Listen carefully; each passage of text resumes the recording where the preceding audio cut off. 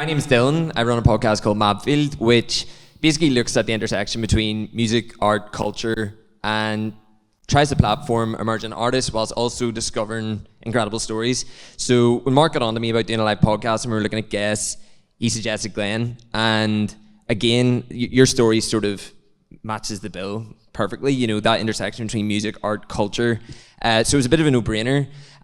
This is the first live podcast that I've got to do since we restarted the podcast, so really excited to do that and really happy that you're all here. Just before we get started, just want to shout out the sponsors, Rira, and yeah, thank you Output for having us here. So Glenn, lovely to meet you. Good to meet you. How are you getting on today? Good, busy as usual. I'm in an edit at the moment on a film that we shot just over the summer, so early days in that, won't be finished until next summer. So yeah, getting on. It's been a long journey for you to get the work in film, but that's not where you started out. What was your first introduction to art and culture when you were younger? Well, actually, I mean, it's kind of a winding road that I had to kind of do what I do, and a series of sort of sliding door moments, really. It all started actually with BMX bikes, believe it or not. And I don't know, when I was probably about 7 or 8, became really obsessed with BMX and all that stuff. And through that, met lots of people. We went to races, and as we got a bit older, we decided we wanted to go to races in England. So one summer, we taught ourselves how to screen print. So we built a screen printing table in my friend's garage, and we printed T-shirts and stickers to sell at races, to make money to go to other races. And so through that, started designing. That was the first. I didn't go to art college. I taught myself how to design. This is all pre-Apple Mac, so it was kind of cut and paste and doing all that sort of stuff. So then that went well. People liked that stuff, and there was a magazine in America called BMX Action, which we wrote a letter to. It's wild to even fathom writing a letter nowadays. Like. I know. I mean, even now, I think it's insane. So we wrote a letter to them and sent some T-shirts and some stickers and stuff. And it was in California. It's kind of the pinnacle of that sport. You know, this magazine was kind of as good as it got. And the editor liked the stuff and asked us to come to America. And what age were you when this was going on? I was probably about 16. Well, I started doing that when I was 15, so screen printing when I was 15, and then by the time I was about 16, 17, that's when they were kind of, things started picking up. And we actually got we got somebody distributed our stuff in America, which was nuts. I mean, we didn't make huge amounts of money, but we made some money, and we ended up going and kind of hanging out in America for a bit. And we ended up in the house of that magazine, BMX Action, the editor. We got to stay in their house for a bit. And the other people who were in that house Craig Barrett was the editor of that magazine. The staff photographer, he wasn't even the main photographer of the magazine, he was the same age as me, was Spike Jonze, who obviously went on to be Spike Jonze. And the other guy was Mark Luman, who went on to edit Grand Royal magazine and do all sorts of stuff. Andy Jenkins was working for that same magazine, and he went on to be the art director for Girl Skateboarding and Chocolate and all that sort of stuff. And I think he worked for the Beastie Boys, did a lot of Beastie Boys stuff too. So there was a whole kind of madness. So I ended up, when I was 18 in California, doing all that sort of stuff, and so which was nuts. And that's where I really decided, I suppose, that I wanted to be a graphic designer. Yeah, I guess like it's pretty clear that subculture was playing a pretty big part in your life. Yeah. I mean, also sort of skateboarding. I suppose at that point, by the late 80s, I was really skating a lot as well, which all those guys were doing too. So and that aesthetic always really fed into everything that I did. So fanzines, that kind of nature of cut and paste, you know, kind of, that's very much kind of still part of, I think, the style of what I do. Yeah. And were you from Dungannon, was it? No. It's listed as that in your Wikipedia. Yeah, that's because we got a film into Berlin Film Festival, and I told them I was from Belfast, and then they asked me to send my passport, I was born in Dungannon, and on my passport it said I was from Dungannon, and the German said, you're not from Belfast, you're from Dungannon, and then published that. So there's like I've seen another one of mistranslation in a German magazine when the Cranberries, they interviewed the original singer, who was this guy called Niall, and he said that Dolores was mad, and they translated it as her being in mental and being in a mental hospital. So there's this rumor went around that they were dating and that she was in a mental hospital. So it's like a pretty common occurrence, I think, in those times for mistranslations. But that's really cool, and like you can see still the like influence of that style still happening today, and even in the likes of Spike Jonze, his work, and how it's almost guerrilla directing, and there's a lot of like DIY influence still in that stuff. What sort of stuff were you seeing in that house that was influencing what was going on beyond their actual physical work? Like, how were you spending your days? Well, I suppose at that time, the t-shirts, somebody was making them under license there, so I was sort of going into a studio and kind of overseeing stuff like that. But those guys would, it was I suppose it was a mix of pleasure and work. I mean, that they kind of balance things quite well, and you could sort of that. I think you hit the nail on the head with the DIY nature of things. There was a kind of can-do. I suppose all skate culture and actually bike culture as well has that. If you don't have a ramp, you find ways to get wood and build it. Do something and just make a fanzine, cut and paste, photocopy them, distribute them, print your own stickers. And I think, to be honest, that stood me in good stead in filmmaking, because certainly if you're working in the independent sector, you really need to do that. You need to be kind of driving your own things forward and thinking of alternative routes to make these things, because making a film is really tricky, getting it financed is really tricky, and I think that's helped a lot, like in that time I was really into punk and American punk, and again, it's DIY, it's just, do it yourself and kind of working outside of the systems. Because I'd even seen like Spike Jonze did the video for Praise You by Fatboy Slim, and it cost like $800, and it was one shot, and it was 10 minutes, and they weren't allowed to do it. It was in a cinema, so that's the kind of, I imagine, the kind of stuff that was going on. That's totally the type of stuff that was going on. I mean, even that time, as I say, Spike wasn't even the main photographer for that magazine. That was his first gig, really. But like even at that time, everybody who worked there could see that Spike was a genius. Yeah. He definitely kind of had interesting ideas. And aside from just being a great photographer, he had something extra, I guess. Yeah.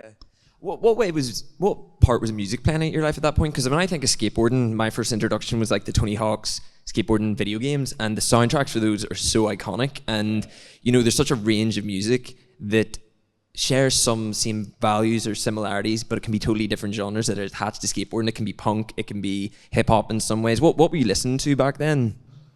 Well, that was kind of, I suppose, late 80s. So, it was punk, really. And I actually, from, even before that here, even when I was at school, bands like SLF were kind of my favorite bands. And then I suppose I got into kind of more US punk, so things like Dead Kennedys, and then more sort of straight edge stuff like Minor Threat, and I suppose later on Fugazi and those sort of bands. Black Flag, and which is kind of the forerunner to Rollins and all that sort of stuff. But it was all punk stuff, and that was I was into all of that. Was really all I was into until I came back from America. So when I was in America, I went to a few clubs over there, and I had been to clubs here, but like there were type of clubs that you went and people got really drunk and then just had fights, and mostly you had to wear a suit and sensible shoes to get into it, and a tie, which seems nuts as well to think that that's the way nightclubs were, but that is the way they were. So I didn't really much enjoy going to clubs here, and then when I was in LA, we went to some good clubs, really fun clubs, and I suppose that's maybe the first time I heard any acid house records. So I'm not even sure you'd have described them as acid house records. It was just that, it's things like, it was English stuff, and these things like Bomb the Bass and S Express and that sort of stuff, being played in amongst a whole load of other things. So then when I came back, which I think I came back from America sort of late 88, maybe early 89, then things started kicking off over here. So so everything kind of turned on its head. And as I said, it's kind of, that was one of those sliding doors moments, kind of life changed. And I skated and rode bikes less and less and ended up staying out later and later. So you, how long were you in the US for? On and off, I don't know, like maybe, I don't know. I mean, a couple of years, but it was really on and off, like only sort of short stints back here, then back over again, that type of thing. Because I imagine going over there after being here, there's a lot of freedom. You're young, you're away from your parents, I imagine, for the first time. Yes, absolutely. Yeah. No, amazing. Yeah. But then you come back and things are obviously very restrictive in what can go on here in the late 80s. Yeah, I mean, it definitely wasn't LA, but it had an energy. Belfast's always had an energy that I've kind of enjoyed, you know, and actually still really enjoy. So, I mean, I got just kind of caught up in the energy of what the acid house movement became here, and it was really great to be in it at the very start. And actually, if any place needed that movement, it was here at that moment in time. So yeah, that was really the kind of pivotal moment for that was really, I went and got my hair cut at a place, and a lot of hairdressers were kind of where you found out about things over here. And somebody told me that there was going to be this party in a place, and we got tickets and showed up, and it turned out it was one of the first big gigs that David Holmes did in the Threepenny bit in the King's Hall, which I don't think exists anymore, does it? But I went to that gig, and I arrived and couldn't get in because there were thousands of people that had shown up, and it was already capacity. But David came out. I didn't know him. He came out and he's walking down the queue, and he asked me, did I have any cigarettes, which I did. And then so I gave him a cigarette, and we started having a conversation, and then he said, just follow me. Don't say anything. Just follow me. And he led myself and my mate in through the side door. So that really was a side door moment. That was the first time I met David, and actually we became really close friends after that. And he was running parties, and it got to the point where, you know, because I'd done design before and done all these. I mean, I'd done some posters before for other things, but I ended up doing all the posters to his gigs. So the early art college gigs and all the parties, I would design all the kind of posters, and also sort of had an involvement in the visuals. My other friend who actually did the BMX stuff with me, he actually did a lot of the projections as well. So it was kind of organic like that. We can continue to do those things. Can you sort of describe what it felt like to go to those early parties and what it was providing people? Because someone like myself, it's kind of hard to imagine, you know? Right, yeah, I get that. It was, I mean, I guess, I suppose that, as I say, I think the context of it is what it used to be was just horrific. You know, like it was like dress up in a shirt and tie. There'd be bouncers would say, no, you can't get in. You're not smart enough, and you'd have to go back and get, you know, smarter. Put on, couldn't wear trainers, couldn't wear anything like that to get into a club. And then you went in, and people just kicked the hell out of each other and broke bottles over each other's heads. I mean, and you know, I can remember quite clearly going to a club when I was like, I mean, ridiculously young, and somebody saying to me, you know, just walking through the door and saying, okay, there's going to be a fight, and you have to back me up here. And I was thinking, like, you're picking the wrong person to back you up. I'm not gonna. It's mad because I watched the Dancing in Narrow Ground documentary again for the first time in ages the other day, and it was just like Catholics and Protestants, like basically hugging each other and telling each other how much they loved each other. So I was expecting you to be a bit more lovey-dovey about it rather than people scrapping. No. But what I'm saying is, no, those parties were. Yeah. Now, the context is, it goes from that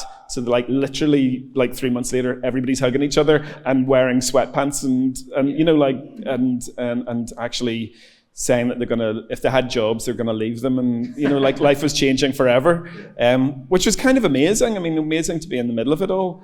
It was completely transformative. Like most of my friends, it completely changed their lives, and you know, it was something quite special. it grew organically. And in the early days, especially, it was like this place was, there was a lot of darkness going on here. Obviously the Troubles were really at their peak, and to have those sort of spaces where it didn't really matter what religion you were, or nobody would ask that, or it wasn't really a thing, and actually it really was people from everywhere, from north, south, east, west, wherever, and we all became really family. I mean, that's kind of, as that certainly that core of about sort of 200-300 people who went to those early gigs. I mean, it really was like family. We went to everything and literally lived in each other's pockets for years. And you were talking there about doing the posters. What was your kind of intention with doing a lot of that? Is that an extension of the vibe of the party, or is it like how would you describe the visual language of what you were trying to do with those posters? I think it's still. I mean, there was I suppose the parties that were happening in England had a certain look to them, and I think the thing that we always did over here, certainly, I think the reason why David and I have always got on is like we always. I suppose we want to kind of challenge what is the norm. So I suppose when everybody in England was doing kind of, I suppose, looked like 1960s sort of psychedelia, kind of trippy posters, our posters were probably more kind of punk influenced or had that a different DIY sort of aesthetic. I mean, again, it was probably just following on from what I did previously, but we definitely leaned into kind of slightly darker look, I would say, of graphic, despite the fact that clubs weren't dark at all. But there was like things that we really liked outside of, like we were really into kind of the Warhol exploding plastic inevitable thing, and kind of the Velvet Underground, and that kind of like probably more like this was the darker side of 60s culture as opposed to maybe the kind of slightly more kind of tie-dyed version of it. And where's that all stemming from? Where's that outlook stemming from? Like what sort of important experiences in your life informed this kind of DIY approach you had to things and wanting to flip things on their head and kind of give it your own spin? I guess I don't know, but I guess we've always been. I mean, David's like when I say we, it's probably at that time certainly David and I. I don't think you get anywhere by just copying everybody else, and I guess we just wanted to do our own thing. I think as well, this place, Northern Ireland, especially at the time, it was really isolated. I mean, it wasn't, obviously pre-internet, all of that sort of stuff.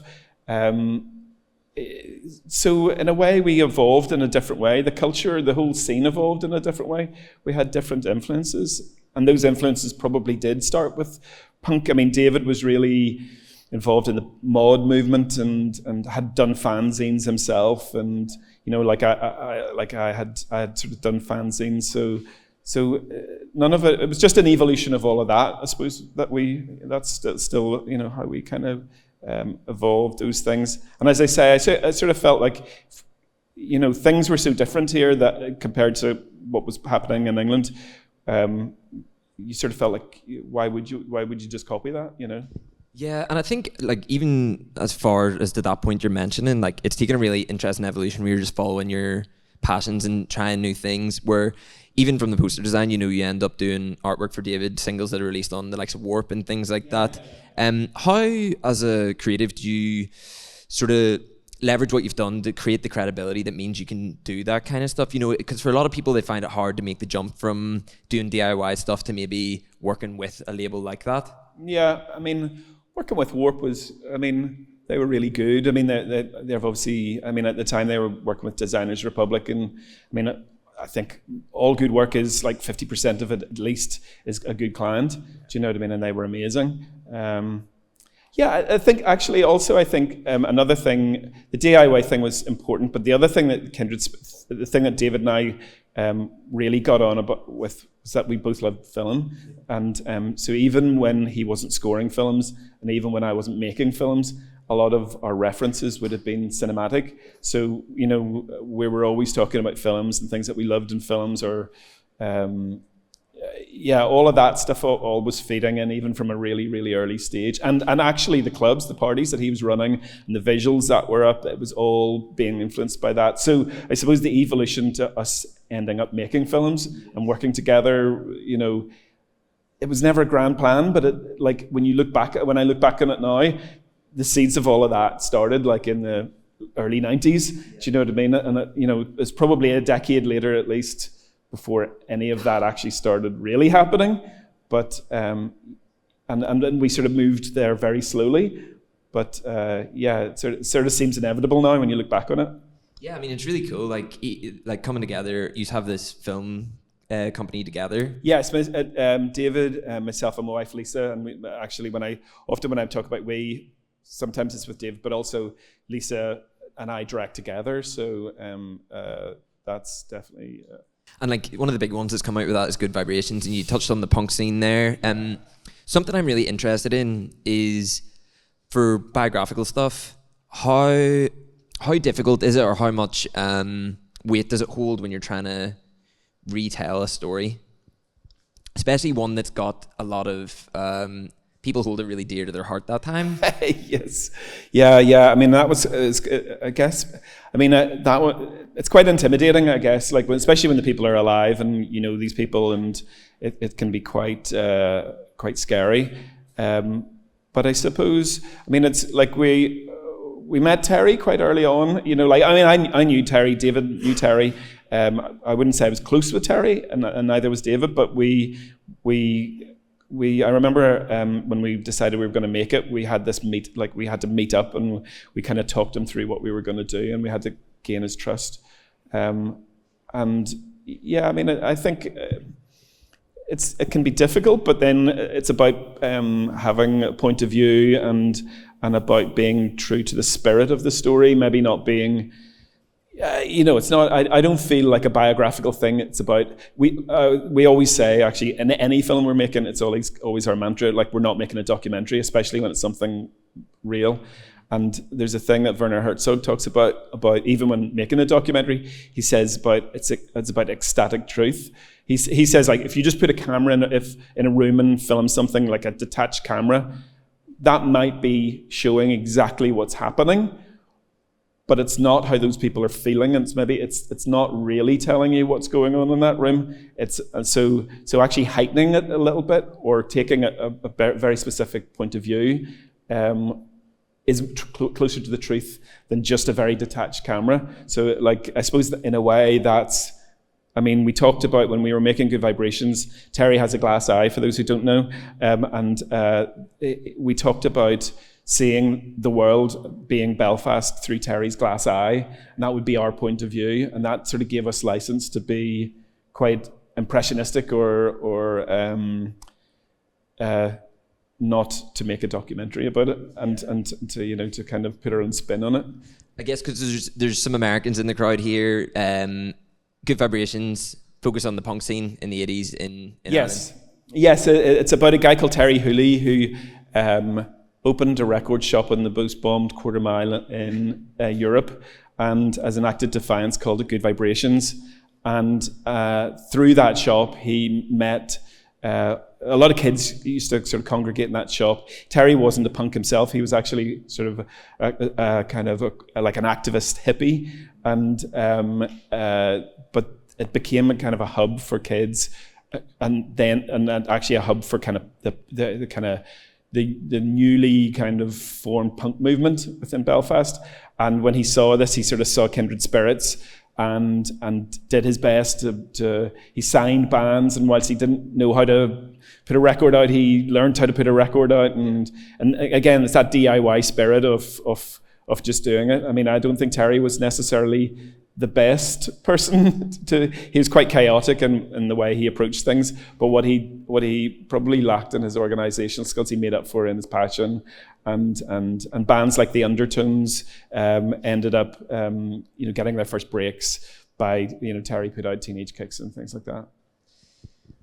What was it like I'm assuming you worked with him to try and tell this story. Was there any anecdotes that didn't make it that were kind of incredible? Because I know he's got a very storied history and a lot of cool things that have happened in his life.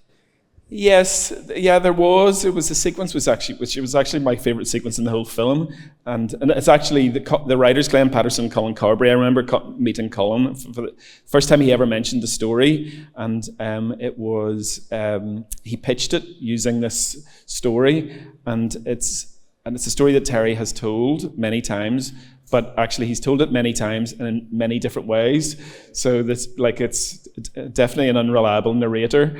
And it's about he met John Lennon and apparently punched Lennon. And every time Terri tells the story, it sort of ends up being a different location, and he punches him for a different reason. And we did have that sequence in the film, and different people. We had different actors come in and play John Lennon, and they would be in different scenarios in different places, and it always ended with him punching Lennon, but we ended up cutting it out of the film. It's funny. Sadly, it's funny you mention that, because it's weird how these kind of stories take on a life of their own. Because I was making a separate documentary about Bob Marley, and there was a story I'd been told about. Basically, Johnny Giles, the footballer from Dublin, was friends with George Best, and Johnny Giles was playing for Leeds at the time, and they lost to Liverpool, and George Best said, let's go over to Belfast and go for a piss up and drown our sorrows. So they went over and they went to a night, supposedly. This is on an Irish history website as well, and it was Terri Hooley playing, and he played Bob Marley, and it was 1972, and he was like, fucking hell, what is this? And he went home obsessed with Bob Marley, and apparently in 77 then, Leeds were playing Spurs in London, so on the night, he thought, right, Bob Marley's playing the same night, I'm going to go see him. So he went. The long story short is they supposedly became friends, ended up hanging out. Bob Marley played in 1981 in Dublin. Supposedly Johnny Giles got invited to go see him, and this is all credited to this one night with Terri Hooley. And I was trying to track Johnny Giles down to get this story, to be like, this is insane that this is all located to Belfast. And I managed to get past his phone number, and I texted him. And he just responded with like a blank text message, and I was like, this guy doesn't know how to use his phone. So I just thought, fuck it, I'll ring him. And I rang him, and he's like, yeah, so I read your text, what do you want? And I said, so I'm doing this thing and I'd love to hear. And he goes, I never met him, I don't want to speak to you, and hung up. So like, you know, did Terri tell this story? And it just like, you know, these stories, like, how does that even happen? It's on a history website. Like, it's kind of the thing about making these films and documentaries and stuff like that is a lot of the history gets lost if you don't do these kind of things, because a lot of it is word of mouth. There's a lot of stuff that isn't documented. Yes, I guess that's totally true. Yeah, I mean, there's a lot about Terri that is word of mouth, and Terri has written his own legend several times over, you know, and yet probably it hasn't even been written in a big enough way. Do you know? I mean, I've like a huge amount of admiration for Terri, and I mean the thing that when we first sat down with Terri and told him we're making a film, we made it really clear that, you know, he was the hero of the story, and we absolutely intended to make him as such. You know, we weren't going in to do kind of hatchet job, or, you know, it was a celebration of what he did really at a tough time. Have you had any other scripts or ideas for films that you've wanted to do that just haven't come through, maybe in a similar way about other people? Or is there a dream one? We'll get onto the other ones you've worked on shortly, but is there another dream one that hasn't quite come to fruition that you'd like to make about someone? Actually, there is. Yeah, there's one that it's still in development, and it's kind of, it may happen. There's people interested in it and stuff. It's actually about it's another one set here actually during the 1970s, and it's about a guy called Werner Heubeck, who was a German who in the late 60s came here looking for a kind of sleepy backwater, and ended up running the bus company. So he ended up running Ulster Bus. He became the CEO of Ulster Bus. Now, he became the CEO of Ulster Bus having never run anything like this before in his life, and having ever had middle management jobs before, like working in printers and various things. Right for this kind of place. Sounds totally right. But he ended up being the CEO of the bus company. There was a job application in the paper, and he saw it. He lived in Edinburgh, and his wife saw the application. He came to Northern Ireland and travelled around in the buses for a week and talked to drivers, and then did the interview and came up with this plan to save loads of money for the bus company. And he went in and pitched the idea and got the job as the CEO. But on his first day, it was 1,500 employees. On his first day, he sacked half of them.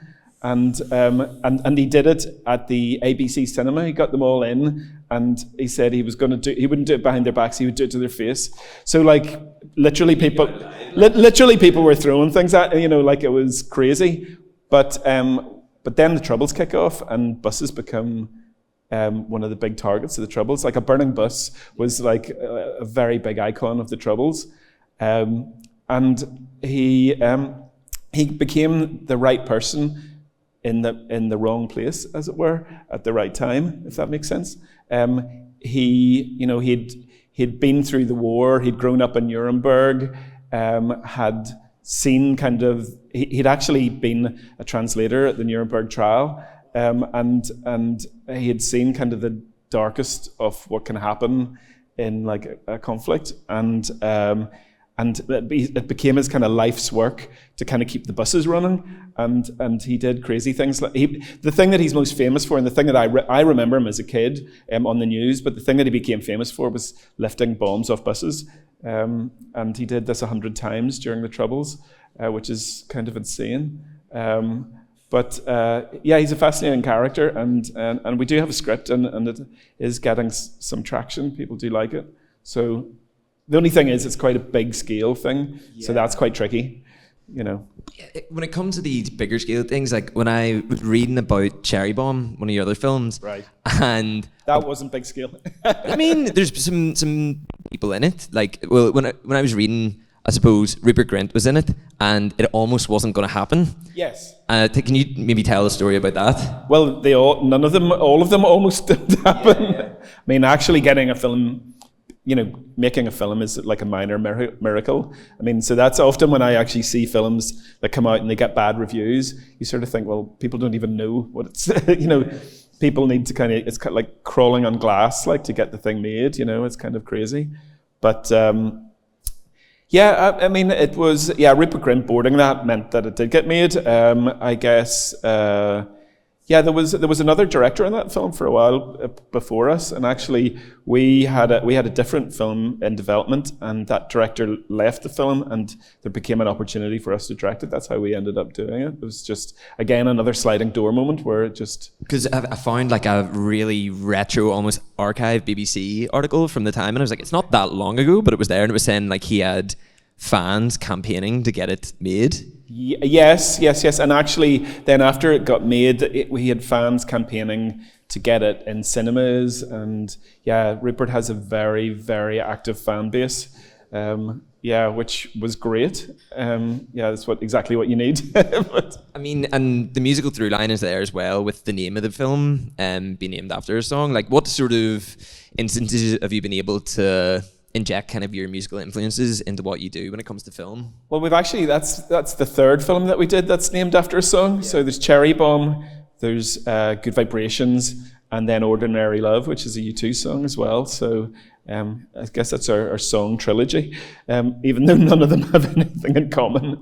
But I mean, Bono was in he was a fan of Good Vibrations and was sort of played a part in Ordinary Love, right? Yeah, he did actually. That's true. Yes, I got a very after Good Vibes came out. There was a strange thing happened. There was a design conference in Dublin the weekend that Good Vibrations came out in Dublin, and I went to that. I went with a friend,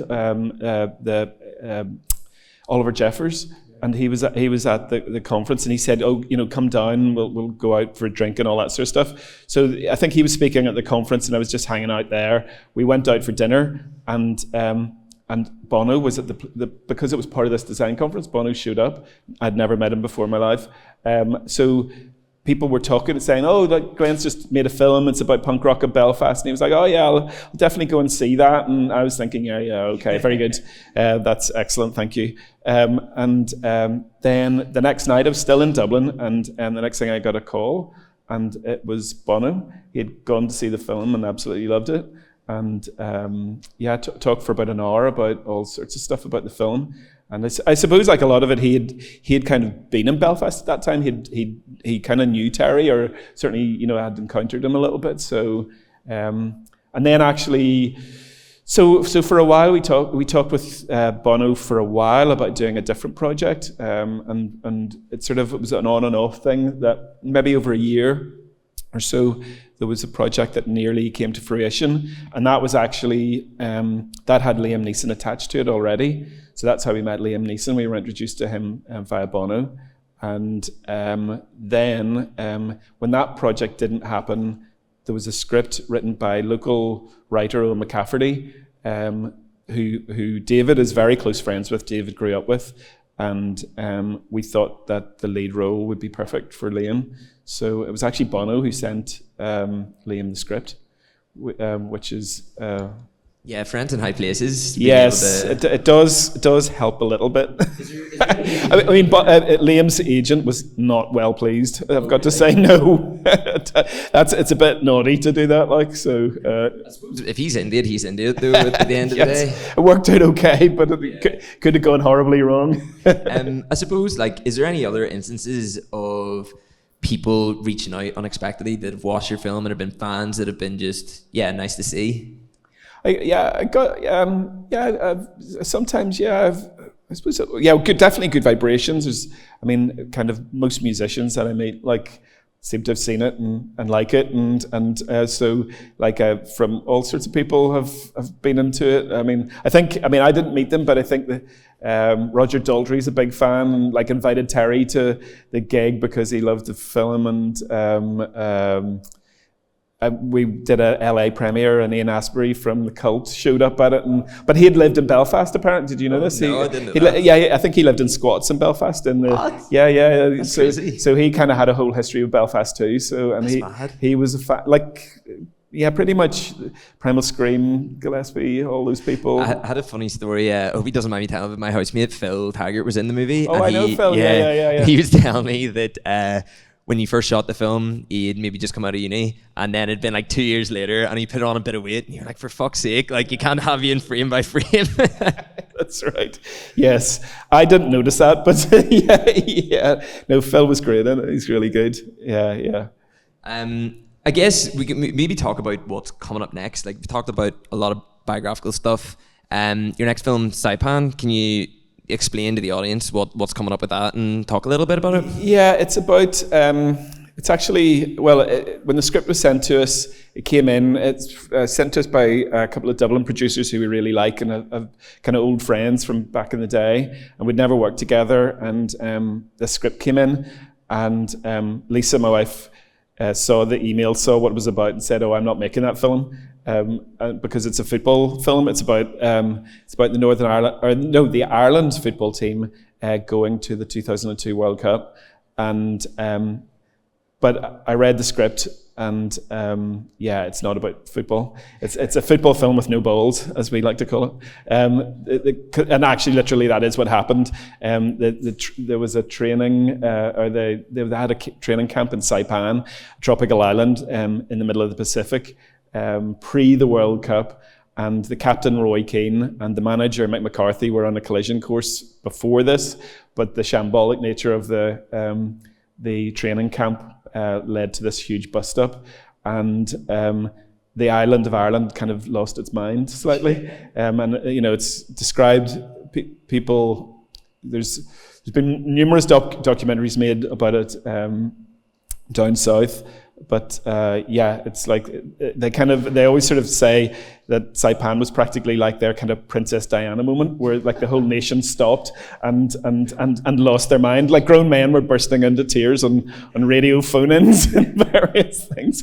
So I mean, there is definitely humor in this story, and it's kind of chaotic. I read a thing before that Roy Keane told Alex Ferguson they were going to win the World Cup, and then like that happens. But if you were afraid of trying to document and create a film about, say, Terri Hooley's life, what is it like having Roy Keane as the person that you're making this about? Because he doesn't mince his words. Like, yes, that is a challenge. It's a challenge. Have you actually spoke to him about this? Is that how does that come about? Yeah, I haven't spoken to him. The producers have. So he's not interested. He's not interested. Unsurprisingly, he doesn't want to know anything about it. I mean, it's again, like with the Terri thing. Like I don't think Lisa and I are in the business of kind of. I don't like people have families and people are human beings, and we're not in the business of kind of doing a hatchet job on anybody or being unfair to anybody. So, I mean, the story's told in a slightly heightened way. I mean, we're still in the middle of telling it, so we'll see how it ends up. But yeah, I mean, it's kind of, there's a convention of going to, films about going to tropical islands and there being a slightly different, almost magical kind of atmosphere in those tropical islands. Like it sort of stems back to, I don't know, Lord of the Flies or King Kong or, like all those things. There can be an alternative reality in these places. And I suppose Saipan has a bit of that about it. We're definitely not making a documentary, as I always say. And you've got Steve Coogan in it. Yes. Can you talk a little bit about that? Yeah. Steve plays Mick McCarthy, so he plays the manager of Ireland, who was from Burnley, but a very proud Irishman. Both his parents were Irish, so hence he was the Irish manager. But yeah, it was amazing. Again, that was one of those moments where I think we'd sort of thought that we were probably making this film next year, and then a gap in Steve's calendar opened up just. I think it was about like the 20th of May. It was in and around Cannes, and we got a call to say, Steve Coogan's available. We're going to offer it. Do you want to offer it? And we did, yes, definitely, because Steve was actually one of the first people we thought of when this came up, but he hadn't been available, and so we offered it to him. But then that meant that we had to do it during this summer. That was where the window of opportunity was. So. Casting for someone like Roy Keane, like that is, still like he's possibly the greatest ever Irish footballer, and is still in such a big figure in pop culture. He's probably more famous now than he ever was. Yeah, really. Yeah. How do you go about doing that? Because this is something that people will nitpick to the finest detail when it comes to something like that. I'm already aware of that. Like I think we had our first publicity picture went out, and I think the old thing about never read the comments, I think it's like, but yeah, I mean, again, it's like anything, all you can do is kind of be as true to the story and what you want to do with it. And actually we ended up casting somebody who was born only like a couple of miles away from where Roy grew up. He's from Cork, young Irish actor. How important are those intangibles when it comes to casting someone like that? Someone that's maybe from the area that can almost embody that spirit or something, or even have those anecdotal experiences that sort of feed into the character? Yeah, I think that definitely helps. I mean, it helped with Aina, who plays Roy, because there is those things like how can some, the nuance of that kind of Cork attitude, which there definitely is, there's the real capital. Yeah. There's being Irish and then there's being from Cork, and he definitely kind of gets that. But even with Steve, Steve's parents, Steve considers himself Irish, and his parents were from Ireland, and so he's a very sort of proud Irishman too. So there's a lot about Mick that he really identified with, and that was for us like an incredibly strong thing. What are the sort of challenges that come with a film like this that has so much public interest? Because I've seen it was announced on Variety, the Irish diaspora around the world are going to be interested in this kind of thing. It's a very different beast to Good Vibrations, which is telling, a story that maybe appeals to a lot of people, but in a smaller way, in a more niche circle, I guess. Yeah, definitely. I suppose there's a lot of pressure to that. I mean, I think for us, it's just, again, it's about kind of tuning out of that and being as true as we can to tell the story that we need to tell in the way that we can do it, I mean, I think if you start kind of, like, as I say, you cannot read the comments on the internet. You got to tell your own story. You got to, try and channel that and be as true. And if you do that, hopefully people connect with it. I mean, that's what being a storyteller is about. It's just, kind of trying not to listen to other voices around you and be true to your own voice. Is there any formative experiences from that time in America or in your days screen printing that have lasted until this point, or that you can see maybe some through lines in that you're still doing some parts of your job in the same way, even if it's graphic design and film? Yeah, I mean, I think funnily enough, that notion of kind of printing your own T-shirts building your, okay, you don't know how to do it, but like, find out how to do it. Like, if you don't have it, like, find a way. It's the finding a way. It's the DIY. I mean, that's right from day one, right from all those earliest days to now. Like, regardless of what budget your films are, you're always just trying to find a way. You're always just trying to it always is held together with sellotape. You know what I mean? There's never enough money and there's never enough time. I mean, and that's a kind of a truism for film, but I mean, and that's not just us. That's not even in the independent world. I mean, there's never enough time and there's never enough money for Spielberg. Believe it or not, you know what I mean? Because those films are on such a huge scale. That is just not that. So you always have to be kind of resourceful. You always have to be thinking about how to save money, how to put the money where you need to put it. And I guess that stems right back to the earliest things we ever did, And I guess for people trying to do it now, that's kind of like my only advice. You just have to find a way, And also, it's also not giving up, I mean, there's that old thing. I mean, I think David Fincher does this thing where he like teaches a class in film school, and he gets kids to kind of pitch, okay, like stick up your hand, pitch me your film. And they stick up one, and sticks up their hand. Oh, I've got this. They tell an idea, and he goes like, sit down, shut up, it's terrible. And then the next person, and this goes on and on and on. And then at the end of it, the lesson is, you don't sit down, you don't shut up. Yeah. You have to go, no, you're wrong. This is a good idea, I mean, when we were trying to get Good Vibrations made, nobody wanted to make it. I mean, it took us 6 years to get it made. What were they saying when you were pitching it? Literally, there was a place from a very, very big broadcaster, which I'll not mention. No, but somebody said, oh, they've made films about Ireland before and nobody wants to see them, which is a pretty bold statement. You wouldn't fucking hear that now. Like, you see what is going on now. It's so special, like in art and culture and everything right now in Ireland. Like the global impact and global interest from people is. What do you think? Even the small parts are that are playing into that.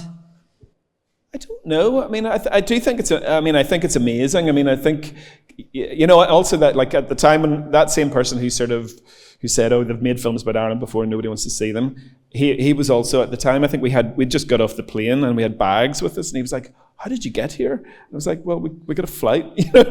Like, it was as if it was really peculiar, But no, I think currently, as you say, I think Ireland's in an amazing place. And look, Ireland culturally has always been like an amazing place. And actually, there have been amazing Irish filmmakers and people like Jim Sheridan, Neil Jordan, all those people who've excelled and told big stories, globally. I suppose it's been trickier in Northern Ireland. And I think some of the more successful stories that have been told from here have been told often by people who haven't been from here. And they've told them really well. But the challenge over the years has been, I suppose, for Indigenous filmmakers to kind of get their material out and kind of sort of speak on a global level. I think that's happening. I mean, I think it's a changed place. I think there's lots of things that fed into that. I think within the film making world, like, we have this place is such a center of excellence for crew and facilities and all that sort of stuff. Game of Thrones was a bit of a game changer. I think, just for this country, specifically Northern Ireland, being taken very seriously globally as a place to make films. And I think that does help Indigenous filmmakers then equally to be taken seriously globally. It's interesting because in some ways I can see certain through lines between certain artists, filmmakers in their process and what they do. But then there's other people doing totally new things. Like, you have someone like Jordan Adetunji from Belfast who gets nominated for a Grammy. Yeah. Grew up in Belfast, gets nominated for a Grammy for making sexy drill music, which is just like no one else in Ireland is making that. It's like a thing that's going on in New York. Then you have Lankum who are getting nominated for, like, the Mercury Prize, this kind of thing. And it's incredible to me because I just think there's such a diversity of interests and influences. There's so coalescing between all these things. It's like this inseparable soup of just different shit going on, but it means that there's just like such a wide range of incredible art coming out of the country. I think an interesting thing about this place is it's small, as we know. So it means, certainly in my experience, it meant that you couldn't just, like, when I was a graphic designer, I couldn't just hang out with like 20 graphic designers. Yeah. like I was hanging out with musicians and painters and you know, like people in the arts, like authors and poets, and you know, it was all of that stuff. So it was a melting pot, and we all influenced each other. You know, everybody kind of, so their writing and, you know, my graphic design and their music, it was all kind of feeding into itself. I guess maybe if you're in a bigger place where you maybe can hang out with 20 graphic designers, you know, there's less of that kind of... Yeah, that's true. I haven't really thought about that because, like, yeah, it's like if you're in a small place and you're all doing different things but informing each other, it's different if you go to, say, London and you can hang about with 20 musicians making the same type of music kind of thing. Yeah, and I think as well, you know, I think that notion of sort of being outsiders or being... It's difficult. This place especially, I think it's, you know... People almost take pride in, like, not wanting to, quote-unquote, sell out, and like, people... If anyone gets famous from here, the moment they come home, you know, they're gonna make sure that they're still, you know, the same kind of person, and they're not allowed to get too big a head or anything like that. Where I don't think you have that in other places in the same way. No. And I think there is also sort of a slightly contrary thing here, you know, and maybe that is why, I mean, you know, not to do the same things that are being done, or not to try and sort of compete with those. Yeah, it's sort of a slightly contrary thing. I suppose it also comes from, like, I remember also, like, at the very start of our career as filmmakers, a producer sitting us down and saying, well, like, what are you? Are you British filmmakers? Are you Irish filmmakers? You know, make that decision now. And we were like, well, we're not going to make that decision. You know, I mean, the whole point of kind of what you're doing is to showcase nuance and stuff. So if you're going to be told it's a black and white thing, it kind of defeats the purpose of filmmaking almost as well. Yes. I mean, it's not like I care about. I could be British, or I could be an Irish, whatever. You know what I mean? But I mean, just to be sat down and sort of told, okay, make that decision.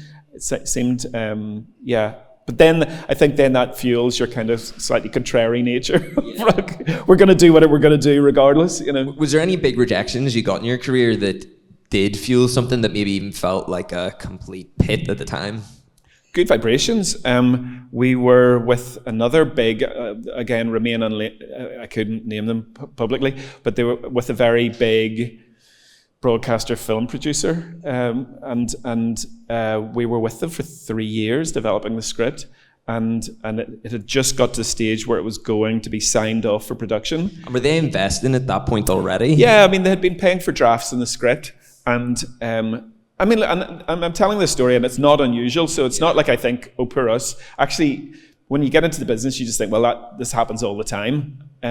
But we were 3 years with them, and then and they got the script, and everybody was really into it, or at least the people we were working with in development were really into it.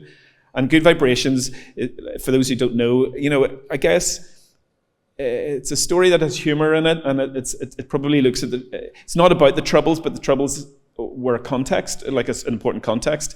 But I suppose the film was really an upbeat, uplifting film that was, you know, about music being a positive force within dark times, and I don't think a film like that had really been made about Northern Ireland, certainly at that time, and that was the thing that the people at this particular place seemed to really like. And then it went to go to development funding, which is like the final stage. They just like sign the check for you to go and make the film, and we thought we were doing that in the springtime, so this is just before Christmas. They were signing off on that, and the next thing we got these whole new set of notes, because it was a whole new bunch of people read it, and London-based production company, and basically every note was saying, no, the film really has to be about the Troubles, and it has to be how the kids were impacted by the Troubles, and it had to be darker, and it had to be...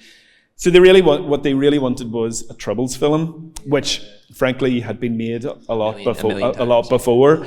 And actually I remember the whole team, all the creative team, like the two writers, Glenn and Colin, and David, myself, and the producers sort of sitting down and sort of saying, well, can we give, you know, we've been given an ultimatum. We either change the script to be something that actually was the thing that we ultimately set out not to make. And can we do that? And if we do that, we can get the film made, but, you know, is it worth it? And we all sat, it was just before Christmas, and we thought, we can't do that. We're going to have to walk away.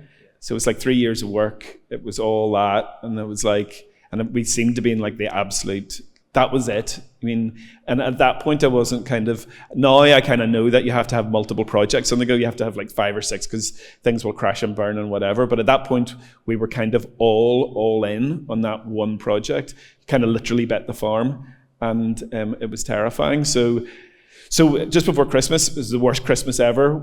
That we lost all our funding. We thought that, and I remember a New Year, one of the producers who's based in England but is from here originally and actually has done quite big things over there. And he sort of said, like, the only way this is going to be made is if like we do it at like weekends, like for favors, like if you know some actors, and we could maybe shoot it in a digital, mini DV cameras, and we'll just do it like low budget guerrilla. But with the best will in the world, Good Vibrations was never that film. So we thought everything was lost, essentially. But then at the 11th hour, one of the other funders who had seen it initially, like multiple years before, heard that this had fallen out, and they came back in. So within about 3 or 4 months, everything was back up and running again, and we made it. But it was pretty challenging times. Yeah, touch and go. Yes, yeah, pretty bleak. Just before we go on to a quick Q&A, if there's anybody who's got questions, just one final question. Has there been any just pinch me moments in your career you think back on, just, wow, how did I get here from doing screen printing and going from BMX into this? Yeah, lots. Yeah, loads that continue to be those. First film, Cherry Bomb, it was Rupert Grint was in it, so he was in Harry Potter. So that did bring a lot of young fans, and the film was premiered in Berlin, and so I think like the cinema, it's this huge cinema in East Berlin, amazing kind of big old Eastern Bloc sort of theatre, and there was about 1,000 screaming kids outside going crazy for him, and the film, and that was kind of great. That was the first big premiere that we'd had, and that was kind of amazing. I suppose Bono giving you a call out of the blue is kind of pretty good, and some of the journeys that we kind of, and working with him briefly on stuff kind of really interesting. Working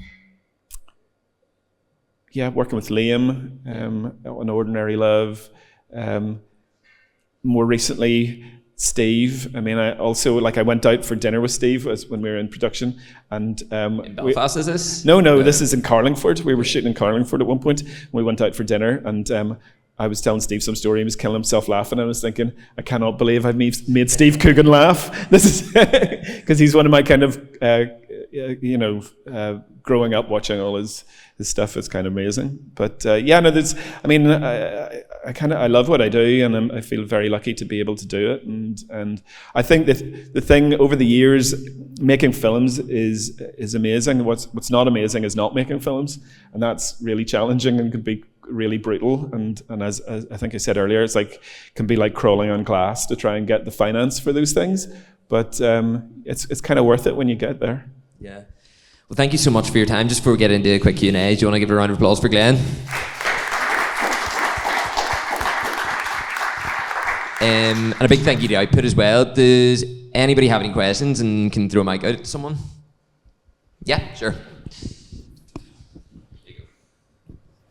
So I'm an artist myself, and I find myself like putting songs to the side, things that I don't feel like I've fully completed.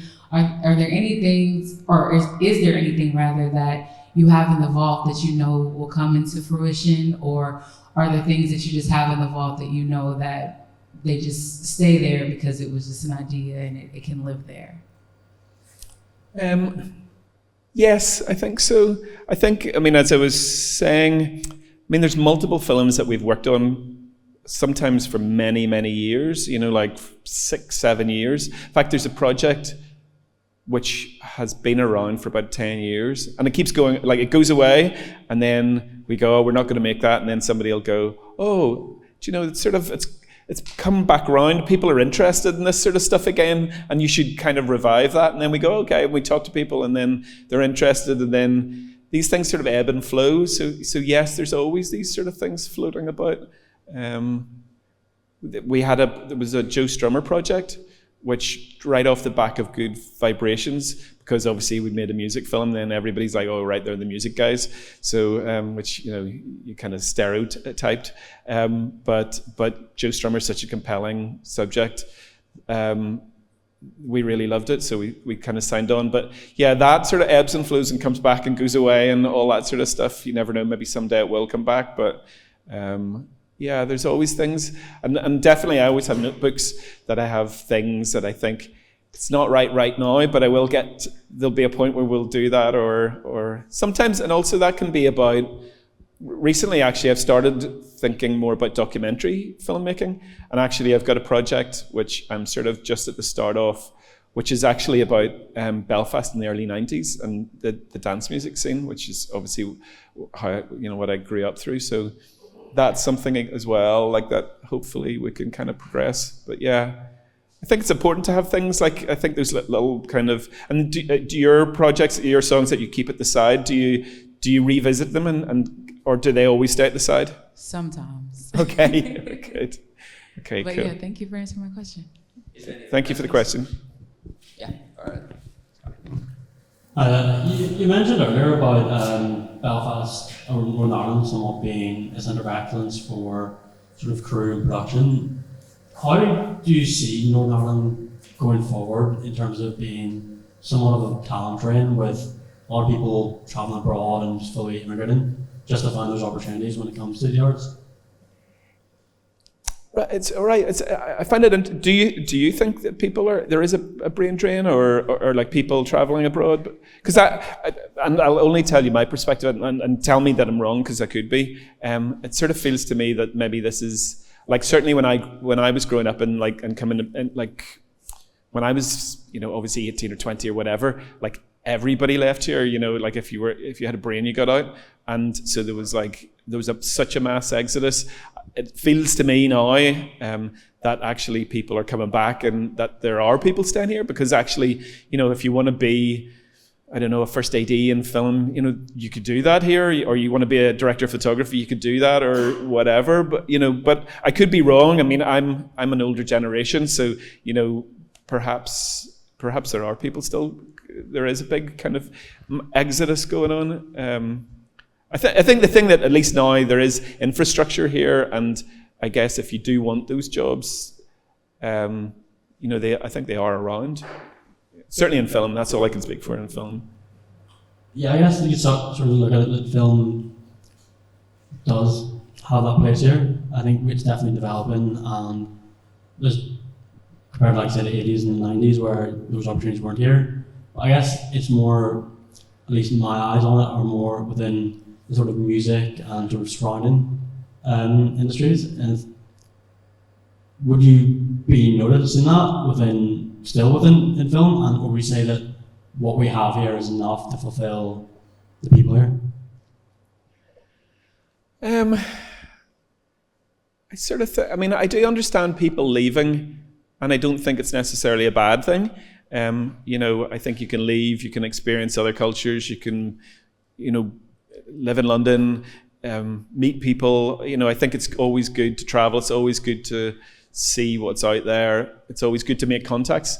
One of the things that really helped me in my career, one of the things NI Screen did that was really good was, like, when we were quite young filmmakers, or the early days, they would there was funding that you could go to film festivals. Even if you didn't have a film there, you went there and you talked to producers, international producers, other filmmakers. So often we would go to Cannes, we would go to Toronto, we'd be in these different London Film Festival, and that was really important actually, because we met people from all over. We met people from here too there, but understanding or talking to the people outside of here was really important.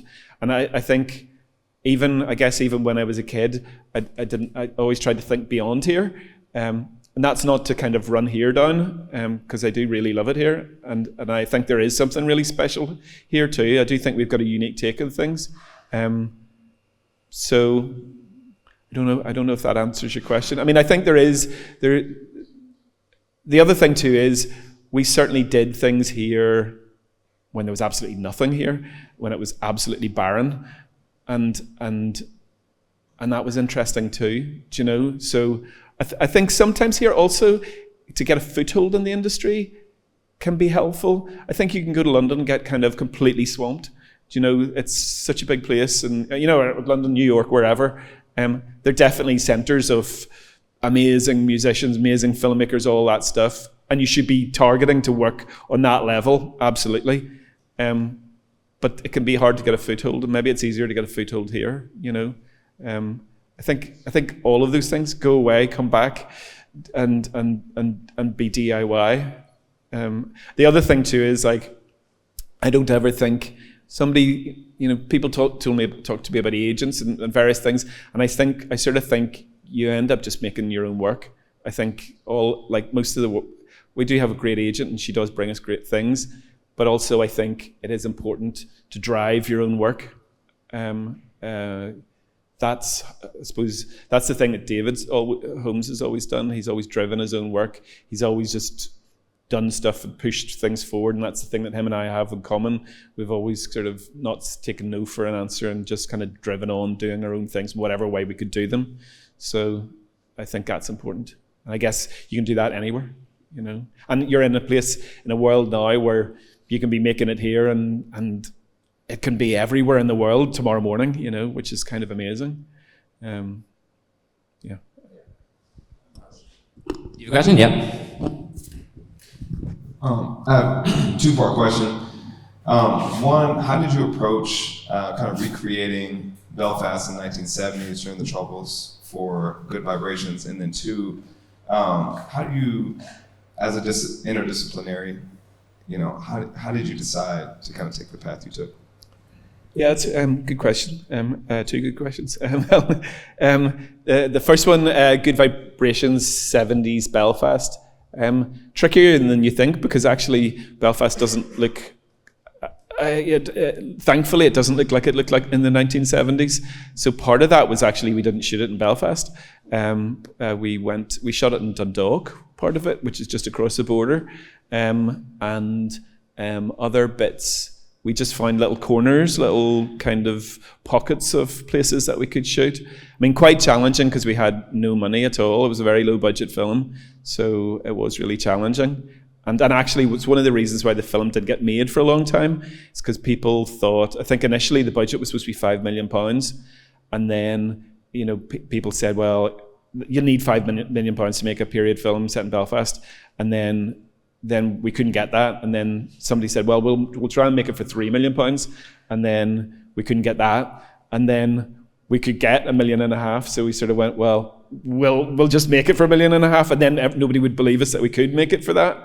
So it was just about, I mean, part of that was also just kind of just having to be, you know, be very precise about what you show. So it's like expensive to make something look like a period film. So, but if you're really precise, if you really say, well, we only need to see this corner of this street, then maybe it is achievable to dress that, and then you can park things that block the other thing. You can park a van that will block out that bit that looks like Belfast in the 2000s, or you know what I mean. There's ways and means you can do it cheap. So we just had to be clever and be very kind of precise about what we're shooting. And then the second part of your question was? Yeah, just as an interdisciplinary, I mean. What drove me to film? Yeah, so I suppose, I mean, as I was sort of saying earlier, I guess maybe it felt like all routes, when I look back on it now, like it felt like all routes were leading to film, but I actually didn't know that. I didn't set out to be a filmmaker at all. Graphic design was my first real love. I really did love that. But actually, that design, doing posters for gigs, then David Holmes, who was running those gigs, parties, he started making music. So I'd been doing all his designs. So then he asked me to do his record sleeves. So I did that. Then after that, he asked, you know, he started making videos. He got a record deal, got decent budget for videos.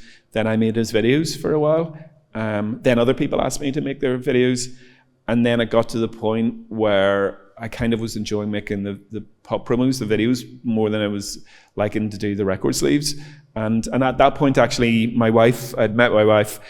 she was writing and she wanted to write films. She had taken she'd done a screenwriter's degree, and she wrote a short film. And because I knew how to make pop videos, I knew somebody with a camera, and we were like, okay, we'll just do this super low budget thing, and we'll just direct it together. And we did one. It was successful. Somebody offered us a feature. And the rest is history. So yeah, I mean, as I was sort of saying, it's kind of sliding doors moments. So it's like all those things. Meet David, do that. He's into film as well. He's doing kind of film scores. You know, it's all, you know, some of it's like lots of it's luck, but also, you know, the harder you work, the luckier you get. You know, that old thing. And there was a lot of hard work in the middle of it all. You know, I mean, I went through a period of being really obsessive about work, which I had to kind of pull back on. But like I would, if I'd work for 36 hours non-stop, and you know, on design projects and do crazy things, because I was so obsessive about it. So I do think you have to really love it, because actually it's kind of hard work. And I would definitely say that about film. It's super hard work. You get lots of knockbacks. People tell you can't do it. You know, we've been lucky and made lots of films, but we still get lots and lots of knockbacks. And it's still really, really hard to make films, you know? So you have to that kind of not taking no is kind of what you got to do, I guess. Just past one last question there. Just pop back there. One more. Yeah. Okay. Well, I just. Is there any young film directors from Northern Ireland that you'd give a shout to? That's a really good question. Yeah, I'm trying to think. I mean, I know older ones. I know Michael Lennox, who has directed most of Derry Girls. I know, and I'm friends with, and Michael's a great filmmaker. Although Michael would be not that far off my age, I think. He's a bit younger. There's loads of great filmmakers here. What do you call those two brothers from Belfast that have done like project video and all, and done? Yeah, It's a good filmmaker, right? yes, yeah. Yeah, Connor and Rory Bradley. Yes, I know their work. I know there's lots of yeah. I mean, I think it's great that there's loads of people doing stuff, and I mean, and getting out there. And I think honestly, I mean, I was living in England for 2 years there. I'm only back last year, and I came back and I felt like there was a really amazing energy in the place again. I felt like in the early 90s, you know what I mean? It really felt like I felt really inspired to be back, and I felt like there was loads of great people doing great things, and yeah, it felt like a really good place to be, you know. The last question there, so you can grab that one. Thank you. I was just interested in kind of like your learning process going from doing the graphic design stuff into the film stuff. Like, how did you find and like navigate approaching this new discipline? I think the thing that I've always been lucky with. I mean, I didn't ever go to art college. I mean, I'm dyslexic, so I left school when I was 16. So with 2 O-levels, art and history, which when I look back on it, sort of makes sense for me being a filmmaker, because it's kind of art and history. But the thing that it's been kind of good is that I kind of learned it in really small steps, really incremental steps, which were kind of low pressure. You know, so, you know, when I was doing design, it was just like scissors, photocopier, glue, like Letraset, if anybody ever knows what that is, pre-computer, you know, like it was totally DIY. The stakes were low. I kind of did it really gradually and got some success along the way, and sort of taught myself. Exactly the same with filmmaking, you know, started on a super low budget thing, which we did not even take to NI screen or anything like that, like just did it ourselves. You know, like one camera, one location, one actor, you know, and the smallest possible scenario for it to tell a story, and then gradually built up and got offered other things. Also, collaboration. I mean, I think that's kind of key, certainly in filmmaking, is, find your family, find your people, find kindred spirits, people who want to make films too, other filmmakers, other people, musicians, people who want to write, all that stuff. If you find all those people, that becomes, and they're all coming up at the same time. I think sometimes there's a misconception that you want to kind of go, oh right, we'll get like the best cinematographer in Britain or Europe or something to shoot this. It's probably not the right thing to do. Find somebody that who's sort of at your level but is good and passionate, and then form that bond that you then go forward with, like as a family. Like people who'll have your back and do that. And we've been lucky to have those people along the way. There's people that we are still that we've done from our very first film that worked on the very last film, and that spans probably close to 20 years. So it's all that. Find your people, find other people. And I think this place is good for that. I think there are those people about. I mean, like the people like the writers of Good Vibrations, that's Glenn Patterson and Colin Carberry. Colin was a journalist for Hot Press, or writing stuff for Hot Press. Glenn was an author. We kind of knew them just from hanging about and being kind of kindred spirits. So, those sort of things, those connections are kind of, how we managed to do it. So that's all we've got time for. Thank you so much for everybody for coming down. Big shout out to Output, and you want to give a round of applause for them and for Glenn as well. Thanks everybody. Thank you.